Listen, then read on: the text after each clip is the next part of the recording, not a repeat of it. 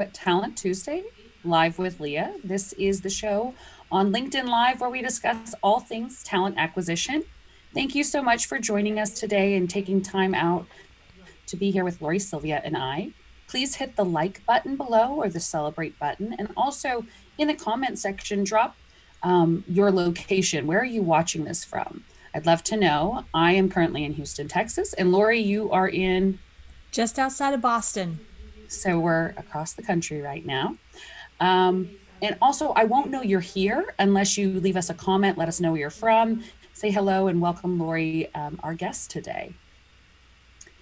And it looks like we are fully live. So I am going to get started. I'm happy to introduce today's guest to you guys. I met her virtually this year through a mutual acquaintance or a recommendation from a trusted business partner. So Lori Sylvia is the CEO at Rally and the founder of rallyrecruitmentmarketing.com, an online community of 26,000 recruiting and HR professionals focused on learning new strategies and skills in recruitment marketing, employer branding, content creation, and social media. Lori has been in marketing and communication for 25 years, starting out as a technology journalist and then becoming a marketer of new technologies at 5 different startups. Before founding Rally, Lori was the chief marketing officer at Smashfly Technologies, where she and her team educated the market about modern recruitment marketing practices. With Rally, Lori is working across the industry to inspire more people to become recruitment marketers and to lead the future of talent acquisition. Thank you so much for being with us today. Thank you so much for having me. It's always so Welcome. awkward when people read your bio, isn't it? Well, you're like, what do I do with my hands, right? Like one of those. Or like, where do I put my eyes? What do I Right. do and say? Yes. Thank you so much. That Like, was what do I, yeah, it is that was kind. awkward. I agree.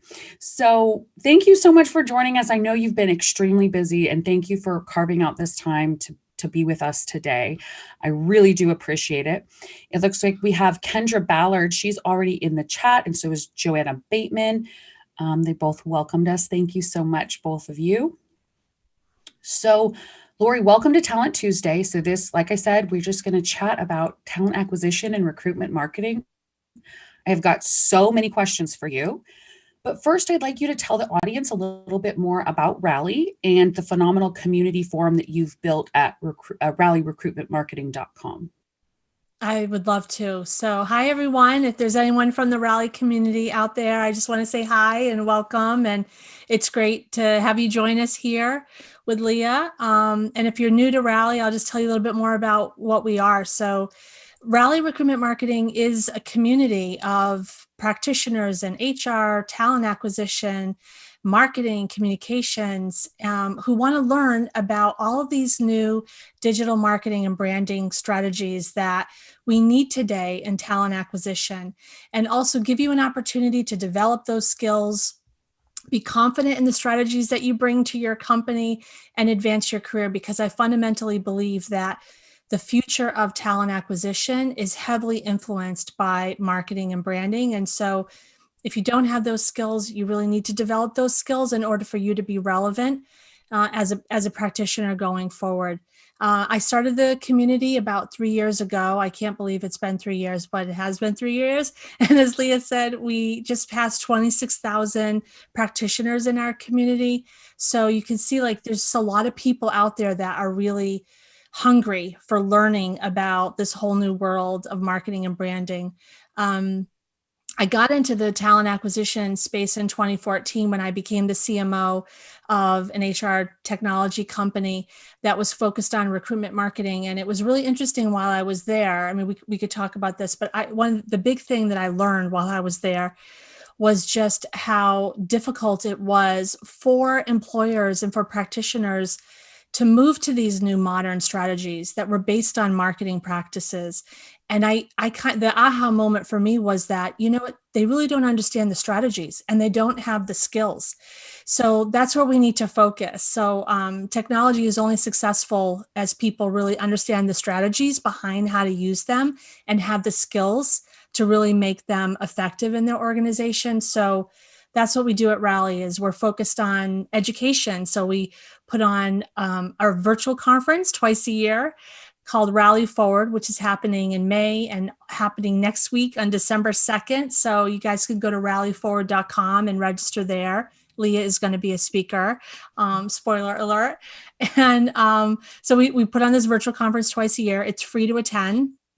We also put on webinars like once or twice a month, and we publish idea books and how-to guides. I mean, I think really by this point we have the largest repository, or the largest, amount of content that's been published that teach people about recruitment marketing and employer branding strategies. So there's tons of resources available for you at rallyrecruitmentmarketing.com. You're exactly right. So I discovered Rally maybe like a year ago from a recommendation from somebody. And I just started diving in, and I have learned so much. And actually this year, after watching a webinar that you did with a couple of member companies, we changed the way that we're doing some of our video jobs. And that's one of like the central components of our company. And it was the most wonderful idea of how to present the question to people in a video context. And we completely changed it because of something that you and your community brought to my attention. It was wonderful. I've learned a lot from Rally. I know and if your guys are not on it, like it's a community forum. It is free. There are webinars you can watch. There's tutorials. You can go to the conference for free. It is, you know how a lot of organizations have trade secrets and they want to keep everything proprietary, and obviously there's a certain amount of that in the way that we do things, but sharing these type of resources in recruitment marketing and in the talent acquisition space is just phenomenal. And I'm so glad you created this because I have learned so much personally.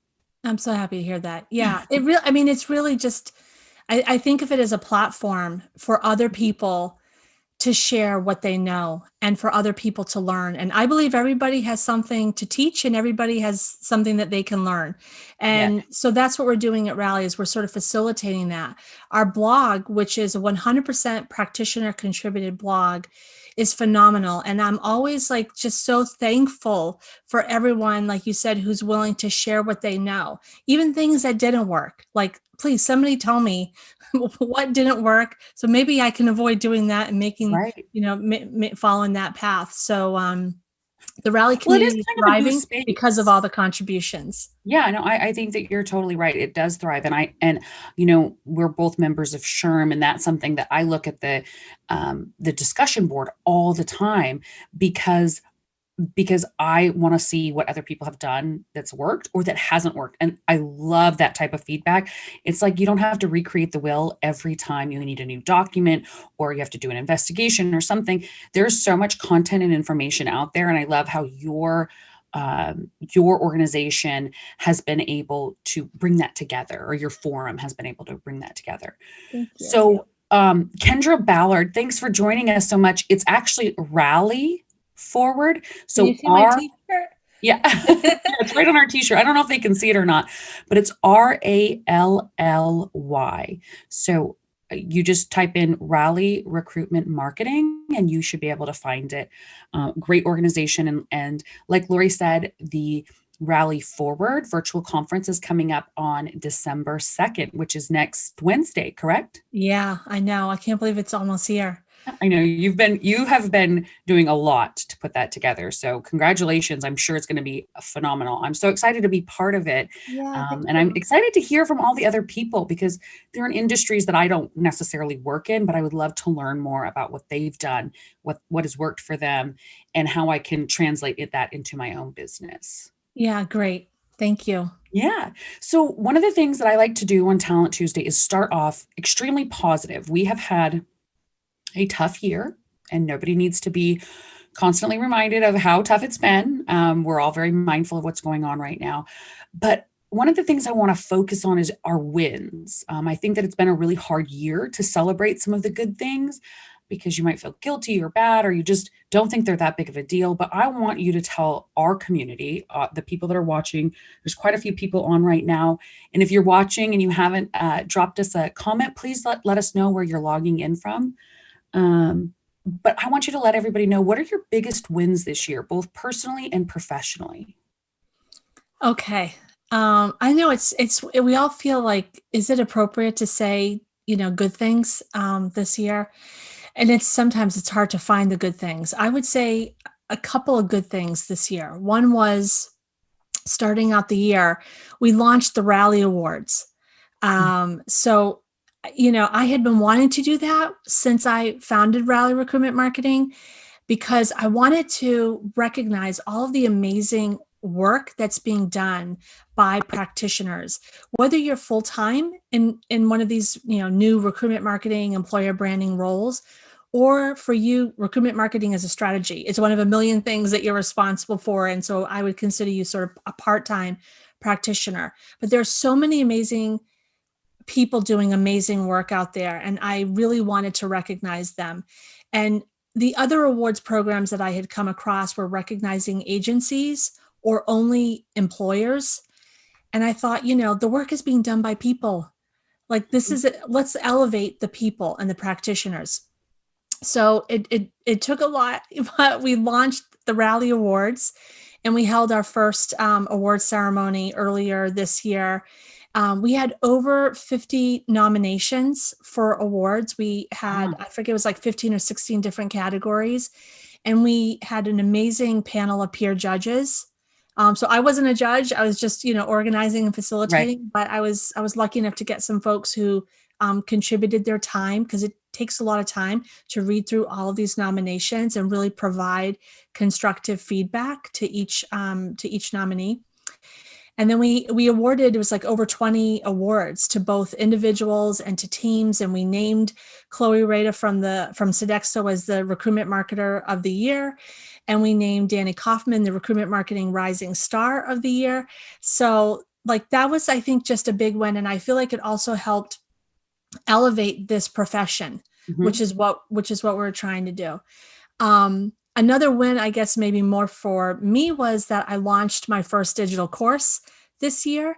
It's called the Rally Content Rescue, and I share my methodology for how you can create really effective recruitment marketing content that is addressed to attract candidates at each stage of their candidate journey. So that was like sort of some growth for me, learning how to do that, how to deliver our content in this digital course format. And 100% of the people who've taken the course so far said they would recommend it to a colleague, which I'm so thankful for. And I'm That's grateful for any feedback, any feedback. I'm always trying to improve. I would say on the personal side, I had years ago grown some tomatoes in my on my deck, and I was like, I got to get into the gardening thing like everybody else. So I grew cucumbers and tomatoes and parsley, and they all did great. I mean, I think I ate more cucumbers in 2 months than I did in 10 years. Like, no joke. Like, they were just coming, and I'm like, I can't waste them. I have to keep eating them. But unfortunately, the Brussels sprouts did not go well. So I think they take longer, don't they? Because they have to get big and stocky before they actually start producing, right? Yeah, I gave them plenty of time, but there's a lot of potential pests and things that can affect Brussels sprouts. So I'm not going to be growing Brussels sprouts again, but I did really enjoy the garden this year. That's and cool. learning some new gardening skills. That's so funny. I did the same thing. I actually did container gardens on our patio because I love basil and caprese salads, and I love pesto. And so I did huge containers full of basil, and I had so much I had to start giving it away to people. And then I think that people were kind of weirded out because they're like, well, COVID, I don't want to take your weird food. But then I did tarragon in one specific chicken dish that we cook. So I was like, well, I better just have my own tarragon in the backyard. I ended up doing drying racks, and now I have all my own dried herbs, and it's hilarious. I did oregano and cilantro. My tomatoes were awful. I had the itty bittiest worst tomatoes in the world. So that didn't go well, but I loved that part of being at home as well, because I usually don't have time to do that. Yeah. So I'm so happy to hear that I know a lot of people were doing gardening. A lot of people. Yeah. Yeah. A lot of people were trying to do sourdough bread too. Like I finally got the ingredients after being very persistent, but I never made it. So, So I we didn't couldn't jump on find that. yeast. Yeah, we couldn't find yeast at the No. grocery store forever. We made some like old timey like flatbread kind of stuff where you only need like water and flour and eggs or something. That was interesting. We tried a lot of really interesting recipes. I will definitely say that. But congratulations on the Rally Marketing Reward or Awards. That's wonderful. I'm so Thank happy to you. hear a positive story. I'm so happy to hear something uplifting this year and something that you've worked on for such a long time. So, congrats. Thank you. All right. So, but and for anybody that's watching, please let us know what your biggest wins have been this year, both personally and professionally. I think my very first guest on my Talent Tuesday when I started doing this by myself, hers was her kids made it to school on time for the first time that year. She's like, it's the biggest win in my life right now. It's all I can think about. Like, she was just so happy. So little or small, let me know what's going great in your life or what has gone really well this year. I'd love to hear about it. So Lori, one thing that I think we should start out with, or as we begin this conversation, is for you to explain that for anybody that's watching, because I know that both of our LinkedIn networks are large and not everybody's from HR or recruitment. Can you explain to the general public what recruitment marketing is? Yes. Recruitment marketing is very similar to marketing. I mean, I always start out with, do you understand what marketing is? And marketing really is about trying to influence someone towards taking an action. It also involves building awareness. They need to have some awareness first, of course, but it's about awareness and conversion rates and using all kinds of social and digital strategies. Well, okay, so if you understand sort of what marketing is, then we can apply that to recruitment marketing. So recruitment marketing is really the practice of using marketing strategies to help a company attract and recruit and even now to some degree retain talent.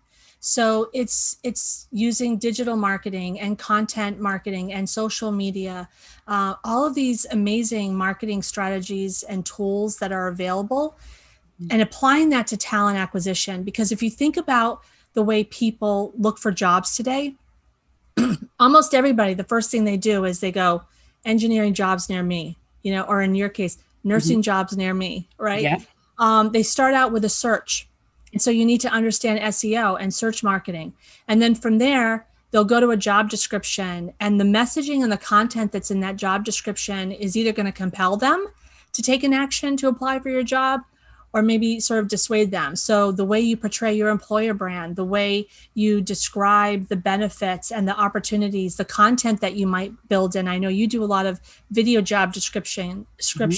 How can you convert someone to take that action? Maybe clicking on leads them to your career site.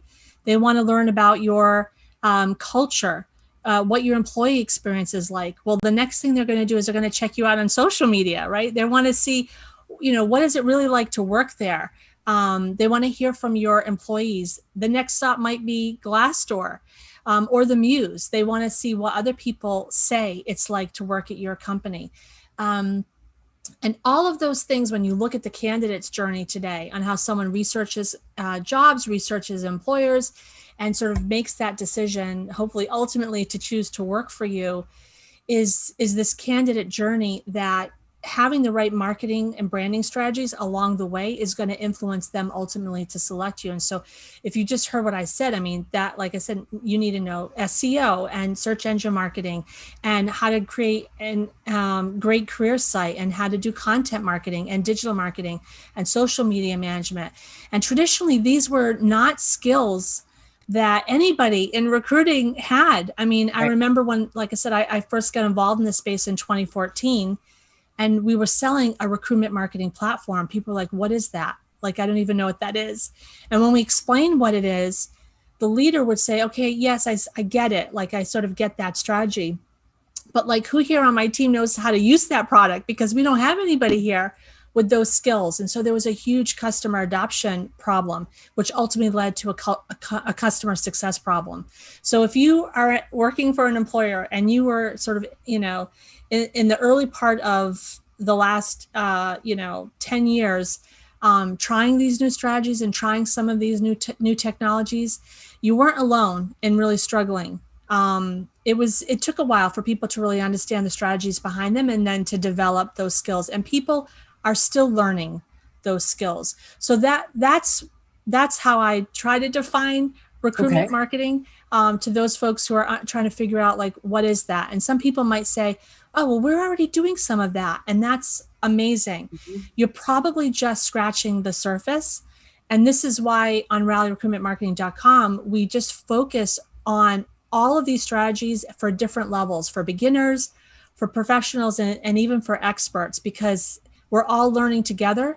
And it's constant evolution of trying, optimizing, figuring out what works, what doesn't work, and bringing in more and more advanced marketing practices into how we do talent acquisition.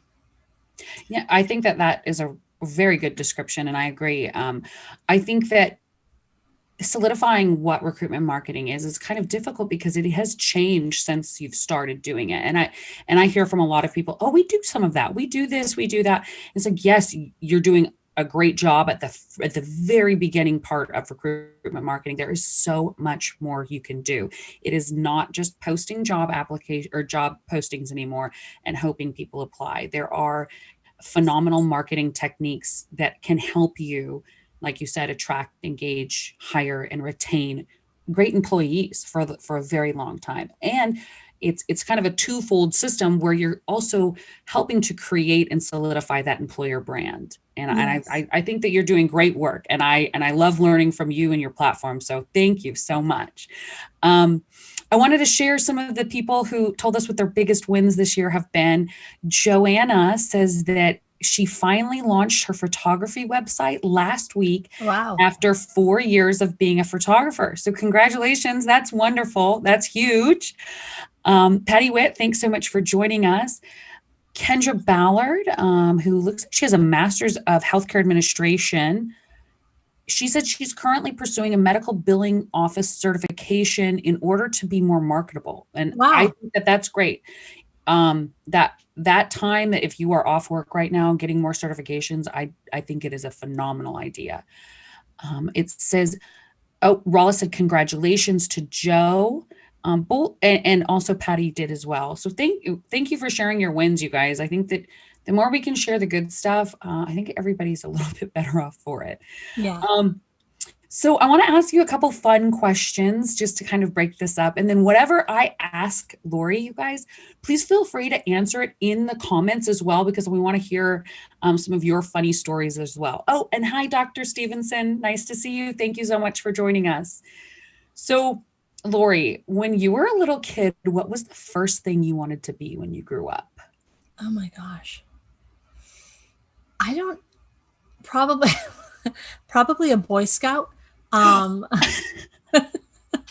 Because my father has been involved in Boy Scouting his whole life, and I have two sisters, so he didn't have any sons, but we all sort of grew up as a scouting family, and he kind of raised me to believe that I didn't need to be a boy to do all the same things that the Boy Scouts did. So he taught me how to fish and canoe and, camp and all those kinds of things. And I just thought all of that was really cool. And I have to say that as I got older, bugs really freaked me out. So I'm less inclined to camp today.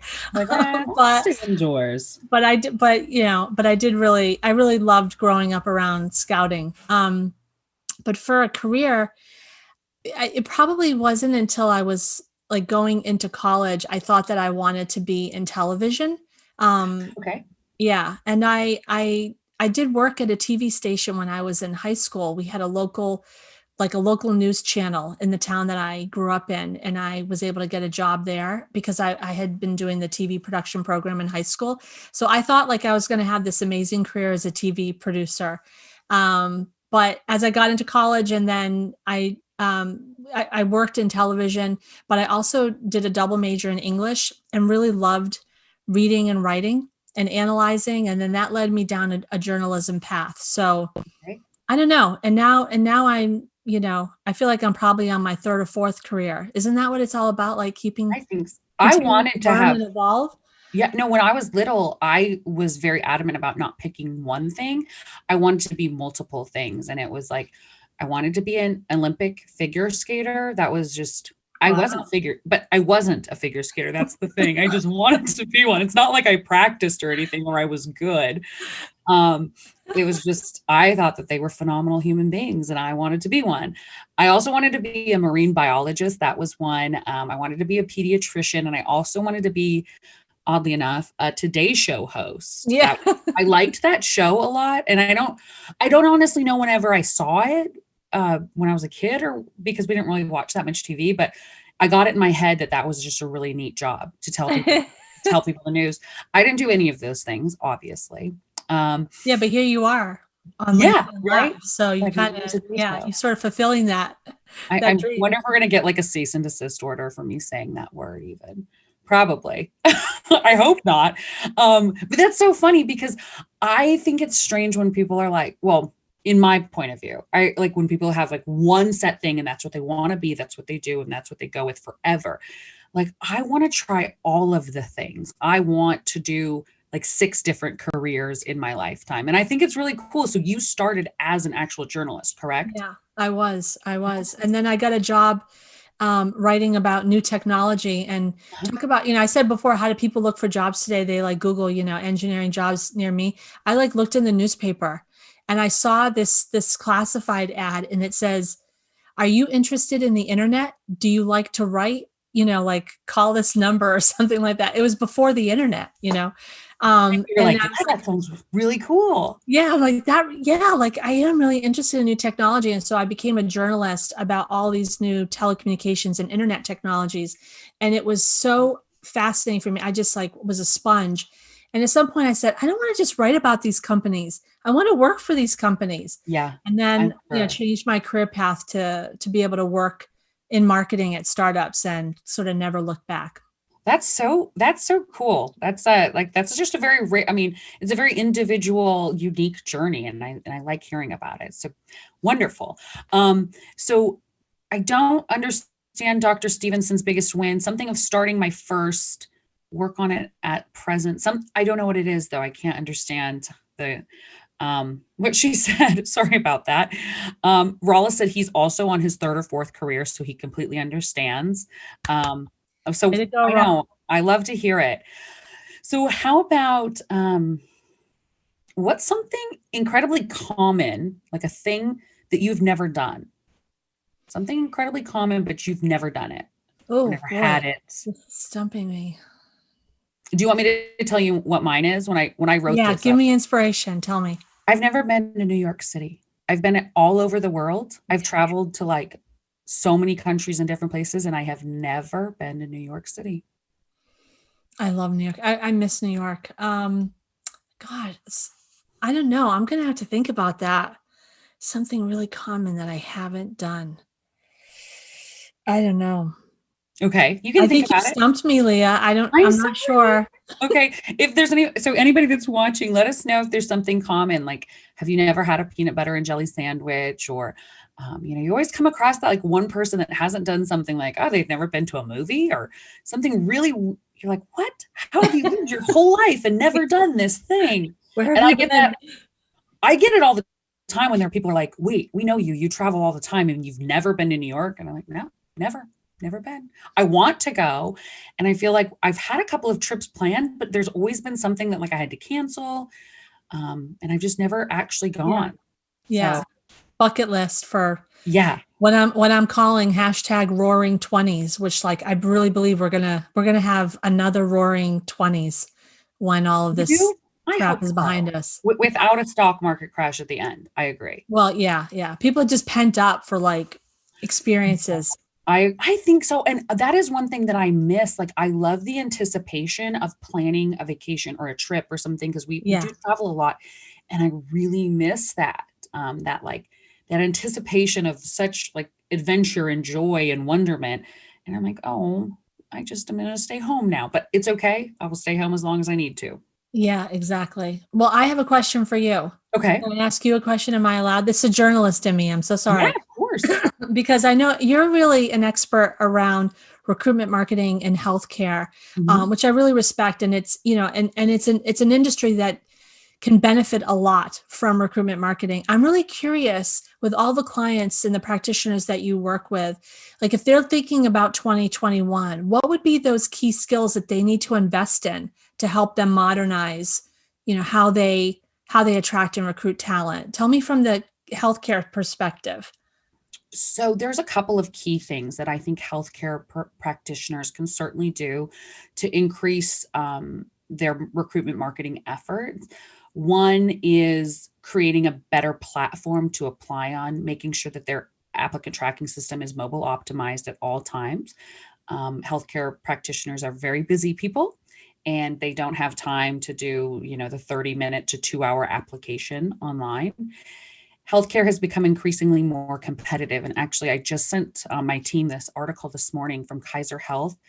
There are now nurses across the nation who are making over $8,000 a week in COVID units. And that has gone up from about 4,000 a week to 5,000. And now we're at 8. I mean, there's nurses who are leaving their rural or community hospitals to become traveling nurses to work for these organizations where they travel to hotspots, work in a COVID unit for 10 weeks, and make more money than they've ever made in their lives. Wow. It's becoming so much more competitive. So I think recruitment marketing is all the more important right now. I think that organizations and employers, the organizations themselves, need to explain and demonstrate why they are the employer of choice for people. Mm-hmm. Why should you not leave and go risk literally life and limb to work for a bunch of money? Why is it better to stay and work at this organization? Is it, do I have a better career option planning? Do I have better benefits? Usually, yes. Do I have, a better support system? Usually, yes. Do I have career advancement? Yes. So really explaining to people why they should stay or why that they should come and work for you if you're a different organization.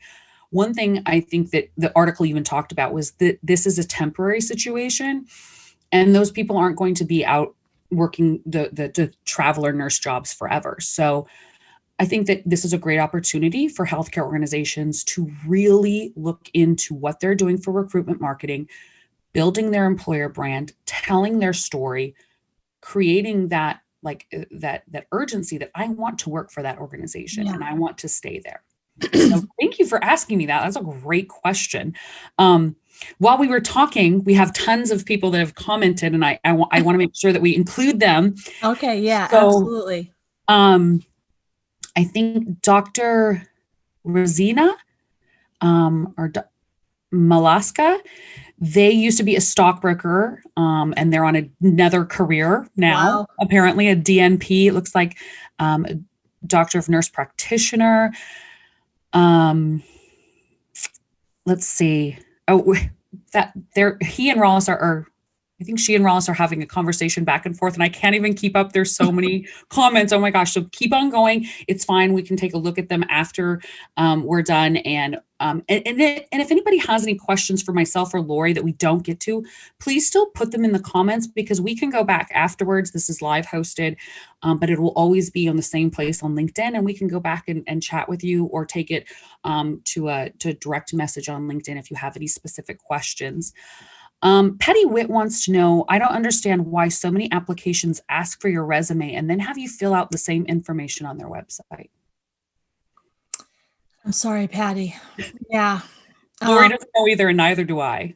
You know what the truth is that when these organizations invested in an applicant tracking system, when they went from taking resumes, in the old way, through fax or in person or whatever, mail, and they implemented these systems to be online, to be able to allow you to accept them by email or through a website. I don't think anybody realized how sticky these systems were going to be and how long they were going to be in place and how difficult it was going to be to upgrade them. And I know this is something Leah and I have talked about, the fact that healthcare in particular, it's very difficult to change, maybe because it's so compliance driven. So a lot of those healthcare organizations are using like really antiquated technology. But the good news is that there is a huge push to go through this digital transformation. I mean, if you look across an organization, you've got marketing and sales and supply chain, and then you've got HR. And oftentimes HR was like the laggard business function. It was the last group in the company to get the resources to invest in modernizing their workflows and their processes and their systems. But that's really changing. So hopefully, in another year or two, we're going to see a lot of these outdated systems replaced, especially as the economy is going to come back and people and organizations are going to be ready to start spending again. No, I agree completely. I think you summed it up perfectly.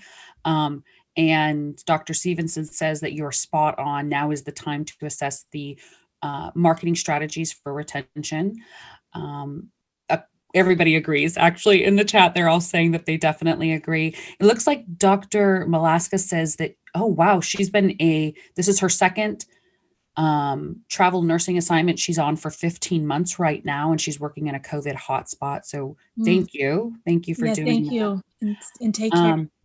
And she also mentioned that organizations have to change their culture and the way that they treat their employees, period. And I agree. And that's something that I think that when you start talking about recruitment, marketing, and talent acquisition as a whole, I think there's a lot of introspection that happens during that time. Yes. And you start saying, well, we say we do this, and this in our mission, vision, and values, but we're not really living those. Or we say we offer these benefits, but when somebody really asks about them, it's not all it's cracked up to be. Do we have an employee assistance program? Do we actually match? Are we actually doing the things that we said that we're going to do to get people here? Are we doing those same things to keep them here? So I think it's a great time for companies to relook at that, at how they retain employees and attract employees. Yeah, if I can just make a comment about that, because Leah, this is something that we talk about in the Rally recruitment marketing community a lot. Most of the people who are in recruitment marketing jobs are in their job for the first time. And they're also the first person at that company to have that job. And most of them work for somebody who doesn't understand recruitment marketing and is learning about it at the same time that they are.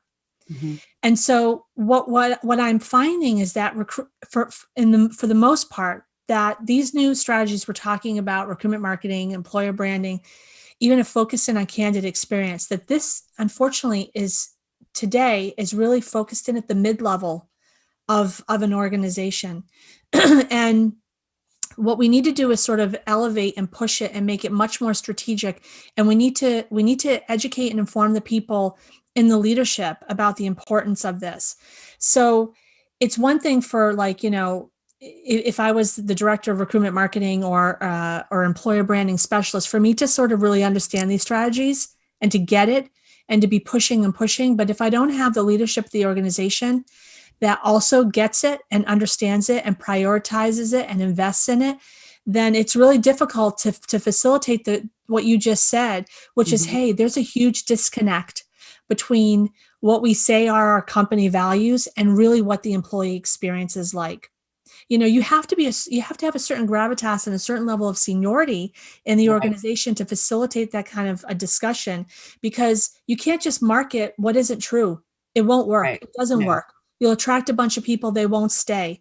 And you create all this sort of resentment and negative experience, which then gets externalized. So that's one of the things that I'm hoping that we can work on in 2021 and beyond, is how to really elevate these practitioners and these strategies to be viewed as much more strategic to the future of the organization. I agree. And my next question for you is about how you think talent acquisition is going to change over the next year to 2 years. And then I'd like you to maybe give some tips on how an HR practitioner can build a business case like you said, if they're mid-level and they don't have that that influence on the organization, what can they show to leadership, management, the executive suite that will show why recruitment marketing or this method is so important? Excuse me. So I wrote them down. So I want to make sure I answer them.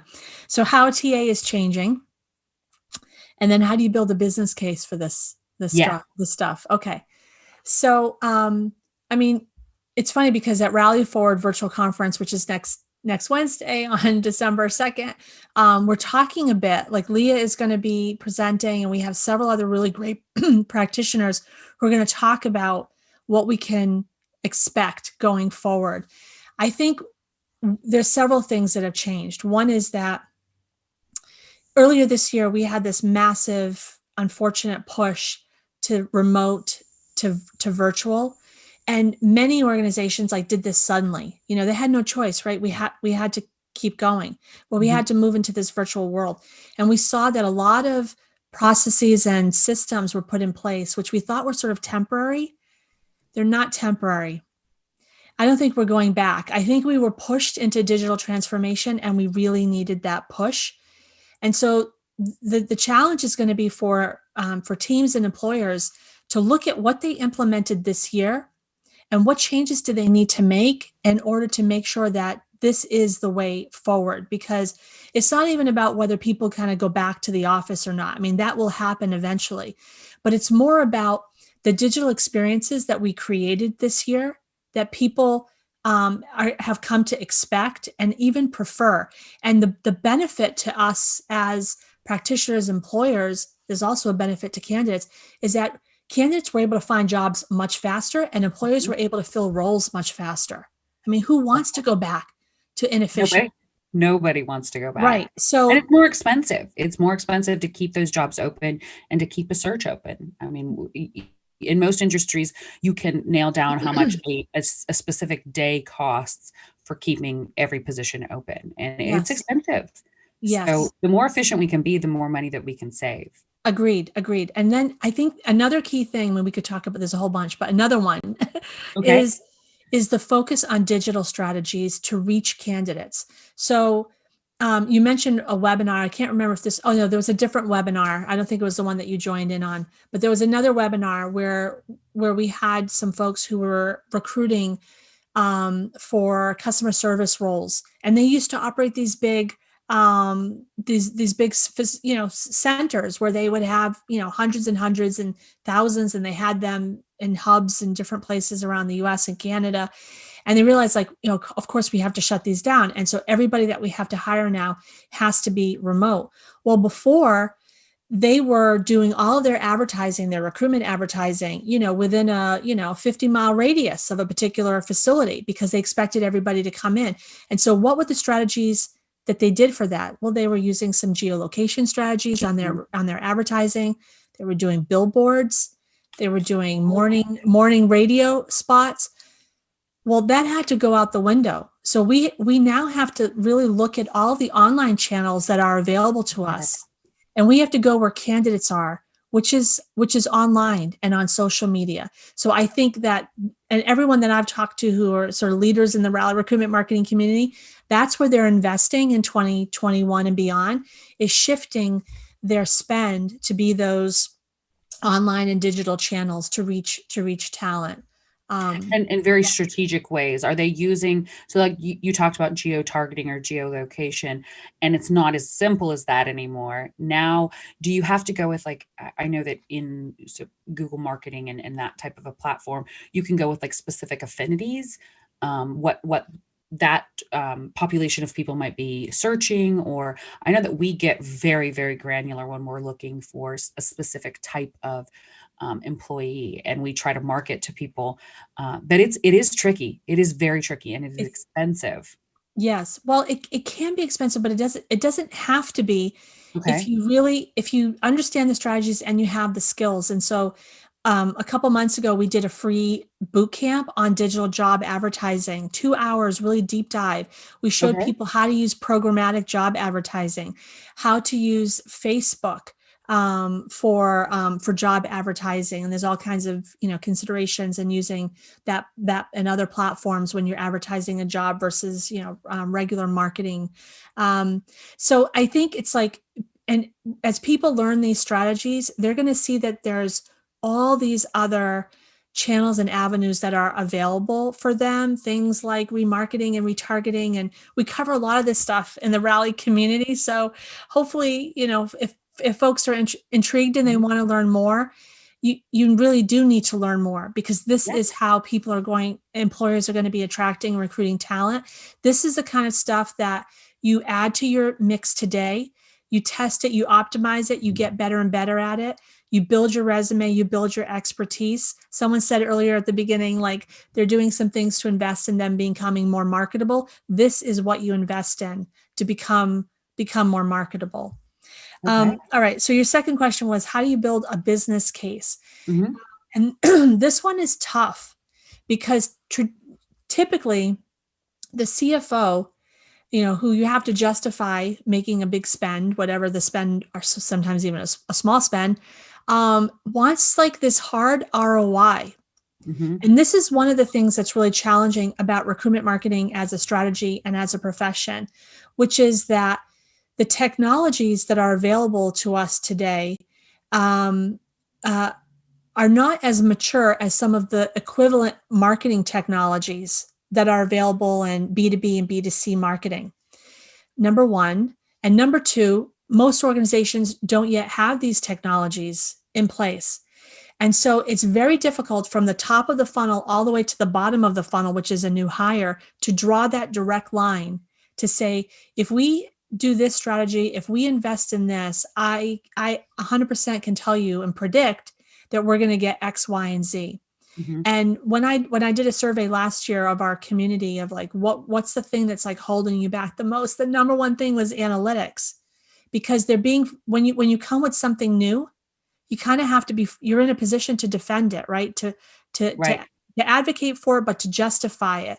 It's very difficult when you don't have access to all the tools and analytics that could give you that hard ROI. So, okay, we don't have the hard ROI numbers that we can draw upon for most employers and most teams and practitioners. So what is it that we can do? I think we have to look at it on the flip side, which is trying to quantify the impact to the company if we don't do this. Okay. So it's not like necessarily, what am I going to get for doing this? It's like, well, what if we don't do this? And one thing what are we going to lose, kind of a thing? Like, yes. Okay. One thing is our competitors. What are our competitors doing? Mm-hmm. Do you have, can you show and demonstrate that your competitors are doing X, Y, and Z and you're not? And therefore you're losing out on talent because you have this story that came from this hiring manager or this department head or this recruiter. Sometimes if you have those influential voices, those key stakeholders and your business partners that are complaining or that are citing these problems, sometimes mm-hmm. that's what you need. So one is, the loss of talent that you really need in order to grow the company.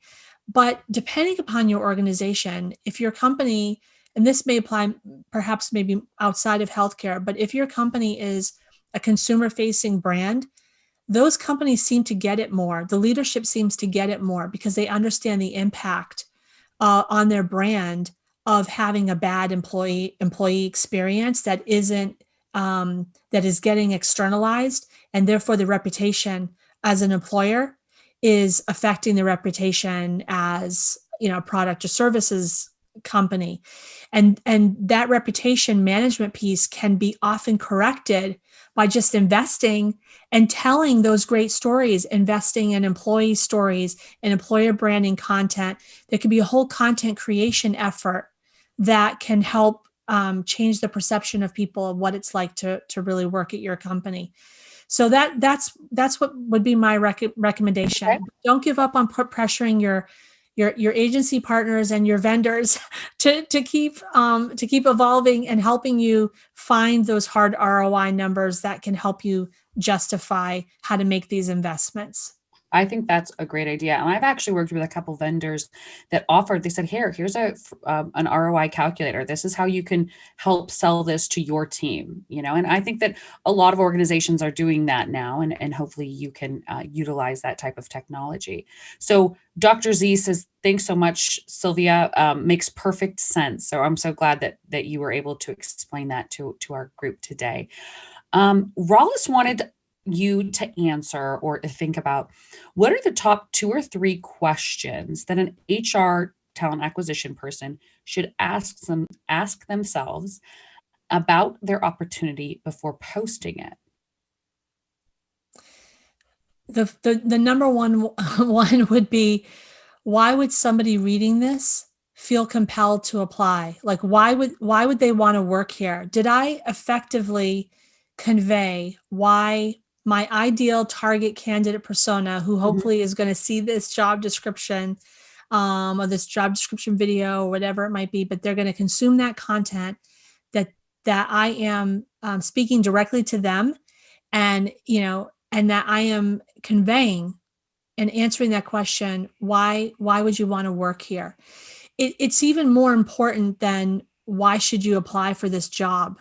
Okay. Because many people are thinking about the company, the organization first, and the job second. Now, even if they say they're thinking about the job first, they're quickly looking, well, who is this from? What is it about this company? So there's a lot of movement right now to rewrite our job descriptions, to think about our job descriptions and delivering that content in a different way. And I know you're doing some really great things on video job descriptions, and it depicts what it's like to really work at that organization, which is important, but the whole value proposition is built into that job description. It has to be. So I would say, like, that's probably the most important thing. The second thing is, how much content is on this job description? If it's a written job description, you actually don't want it to be too long. Right. It has to be relevant. Yes. Well, it has to be. That's what I said about, like, your target candidate persona. Are you really speaking to them? Mm-hmm. But also, like, something that's too long is just, like, too difficult to consume. Don't make people sort of go hunting. Mm-hmm. The last thing I would say would be, what is the job description, the job title? Don't Okay. like get caught up in your own internal, funky names for roles, because you need to make sure that your job is coming up in search engines. We have had that issue before. We've had a client that called a certain department by a different name, and we had never heard it called that by and it's a very normal department that's in every single hospital. And we were not getting any applicants because nobody's going to search for those terms. So we had to finally convince them that, like, we have to put it this way. We're tagging it this way. We're using hashtags. We're doing everything we can to try to get this specific type of nurse to apply. But if you don't use industry terminology, you're not going to get the candidates. And I know that it's really, a lot of people are coming up with really interesting titles now and whatnot, but you have to stick with what's common in the industry so that you can actually attract the correct talent. Yeah. What are people searching for? I mean, every piece of marketing content, good marketing content, starts by answering that question. What are people searching for? One thing that we've seen, to answer Ross's question, is in the industry that we work in, they want a lot of transparency on what is in it for them. They want to know what the starting salary is, or the salary range, the per hour. They want to know if there's differentials, per diems. They want to know a lot of the compensation because it's pretty widely advertised at most locations. Now, there's other industries that don't do that, but in the specific healthcare industry that we work in, it is very transparent, and they want to know about their benefits because a lot of times it comes down to that level. If they have very similarly situated organizations that they're looking at, they make decisions based on those things, or the shift schedule. But one thing that we've actually added to all of our job postings is a why section. So why X hospital, why, D hospital, why would you want to work here? And we really try to explain it from the point of view of employees, and we actually have employees help us write them. Yeah, perfect. So it really does help. I think so. So, I want to ask you a couple more fun questions. Okay. Nothing crazy. Do you Okay, so what would you do if you won the lottery? Oh my gosh. If I won the lottery, I would move to a beach house Okay, which and beach? Any beach. I'd probably stay along the coast of Massachusetts to stay near Oh, my family. okay, Um, Maybe that would be one beach house. Maybe I'd have another like, in the Caribbean or something. okay. Um, and I would travel a lot. Hmm. I miss traveling. I would travel, and I've had the opportunity to travel a lot, and I really love that. And then I wouldn't probably stop working, but I think the way that I work would change, and how it would give me more freedom to give back more. Okay, And because even what I'm doing now with Rally, it does feed my soul. Um, but I probably would find other ways to continue to do and be involved in recruitment marketing and see recruitment marketing grow as a practice and as a profession. okay. But maybe it would take on a different form. Oh, I like this answer. This is fun. So, if you could time travel, where would you go and why? Like, what time period would you go to? Hmm. I guess would you go to the future or the past? That's a good question. Right now, I'd go to the future. Me too. Um, I'd like to accelerate. I'd like to accelerate things, by a good 6 months just to get through the next difficult period of Mhm. everyone's lives. Um,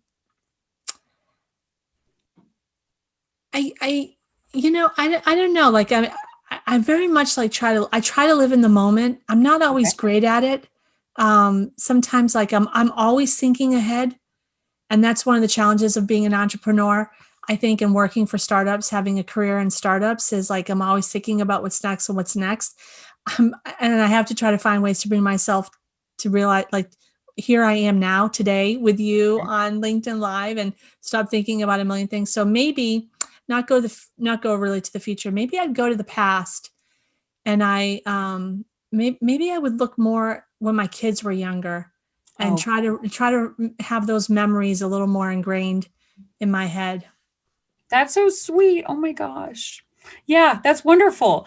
Um, Patty Witt says that if she won the lottery, she wouldn't tell anyone, and I agree. I would try to live my life pretty normal. Like I would keep my job and everything. One thing that I've always thought about is that I would secretly pay off things for people, like, Oh and just yeah. do it, and then they get a letter that like their mortgage is paid off, or that their car's paid off, or their layaway at a, a big box store, and just like kind of do these like little secret acts of kindness, and nobody ever Wow. needs to know. But I would also have a beach house, and I would probably travel all over the world, but I would try not to tell anybody. I agree, because I think every single person I've ever met would be like, so how's all that money? Um, Wallace says that he misses traveling too, and he would definitely do a beach house in Jamaica on the Mm. north coast. Sorry. Patty Witt says that she would time travel about 10 years into the future. That's interesting. I just it's a fun question to ask. Like if people want to go back to the past and change things, or go back to I don't know, the 1800s and live life, and with the same knowledge they have now. It's just fun to talk about. This is one that I think that you're going to have a ton of answers for. So, Okay. are there any topics outside of recruitment marketing that you could give like a full 20-minute presentation on without any preparation? Yeah.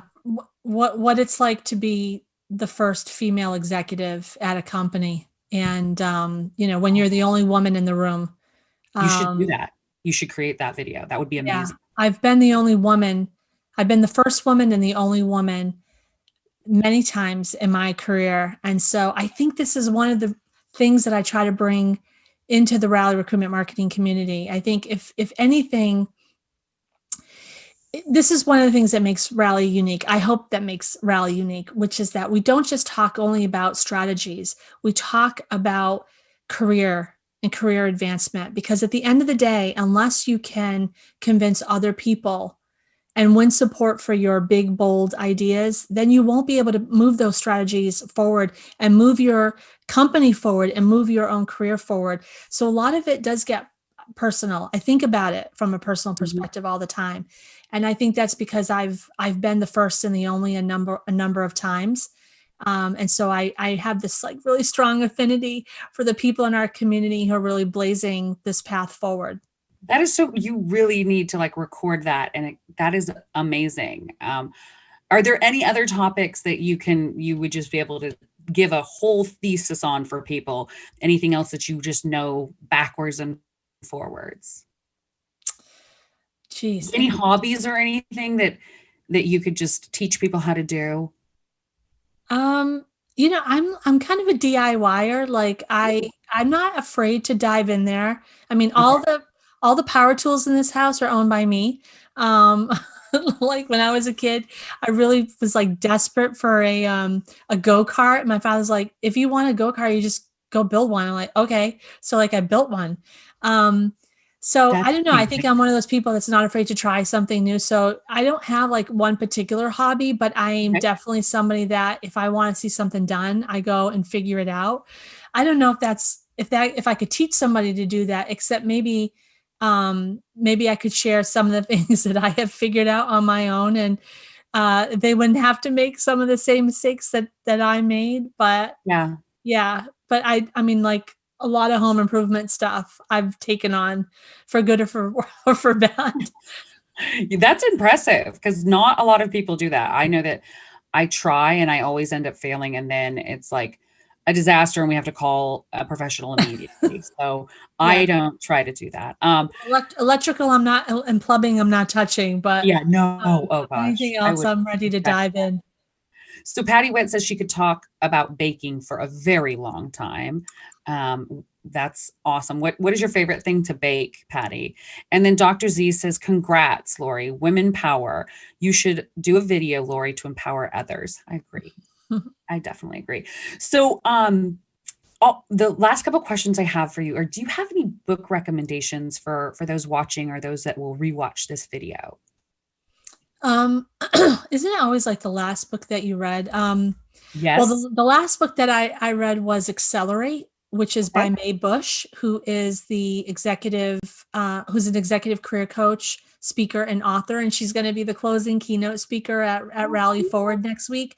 I really like this book a lot because it's about, if at any stage in your career, if you are trying to advance your career, if you're trying to win support for your ideas, if you're trying to figure out how to build those key relationships internally, she's so specific, like really actionable strategies. She had a 24-year career in investment banking at Morgan Stanley in Europe, and I loved reading that book. I thought that was a great Okay. book. So that would be And that I think probably be one that I want to read that both my kids have read is The Hate You Give. I read that book and it's phenomenal. And it is really good. Yeah, that Really is on my list. I definitely want to read that because they both read it and they said like it had a huge impact on them. And huge impact. I yeah, I want to actually read went that. back and forth between the Audible and the hardcover. And I don't know, I read it so fast and it was very impactful. It was a great book. And hearing that type of a story from that perspective was just phenomenal. So The Hate You Give, that was a great book. And I think that Jo, she's putting in the comments right now for everybody. She'll link those books for the Accelerate by Mae Bush and The Hate You Give. And Jo said she already read that one and she said the same thing. Wow. Dr. Z says that she can teach others how to sew from scratch, make your own patterns and sew clothes. Wow. That's very impressive. I love hearing about people's talents that I know, me too. That they don't think about that, like they're like, oh, it's not that big of a deal, but it's amazing. I mean, you have a professional, you're a you have a family, but you also can do all of these other things. And it's interesting to meet like the whole person. So yeah, it is fun to do that. Okay. What would the title of your memoir be if you wrote your memoir? Well, I do have a motto. Maybe it would be that. which I get engraved on the back of my my Apple devices. Okay. Which is Lori, enjoy every day. Oh my gosh. I love that. That is a really cool idea. It's a reminder to me. Like I said, I don't live in the moment enough, and I really have to center myself and you have to remind yourself. Okay. Yeah, this is just the entrepreneur brain is always going. So I don't know, maybe it would be that and how all the different moments that I had. Yeah, that's so cool. That is, wow, I love that. So to end today, I know it's gone very quick, but I've loved talking to you. But what I wanted to ask is, if somebody that's watching or rewatching this, if they want to learn more about you, your organization, or about the upcoming conference, what do they need to do? They should go to rallyrecruitmentmarketing.com and join the community and just sort of dive into all the resources that are there for you. And if you're interested in our Rally Forward virtual conference, which we do twice a year in May and December, the next one's on December 2nd, you can go to Rally Forward, which is RALLYFWD.com and sign up. Yes. Okay. Can they connect with you here on LinkedIn? Please. Absolutely. Yes. I love connecting with folks, and I do try to respond to people. Like hopefully I'm not just, like someone that you like connect with and you send a message to and you don't actually hear from them. Like I try to group them together like once a week, but I will respond to you. And if I also like being a connector. So Okay. if there's something that you need help with, something that you're trying to learn, something that you're trying to do, I will go out of my way to try to help you make that connection, put you with the right resource or the right person. And that also feeds my soul. So I love doing that. So please connect with me on LinkedIn. That's really rare in this day and age for people to take time out of their day to do that. So, I mean, thank you for doing that in the first place. And anybody, I like to connect people. So if anybody in my network, if they want to meet them, I will more than happily introduce them. I think that this platform that we're on right now is such a great way to meet people and to network in business. So please do go ahead and follow Lori, add her as a connection. The content that she puts out is fantastic. She's very engaged.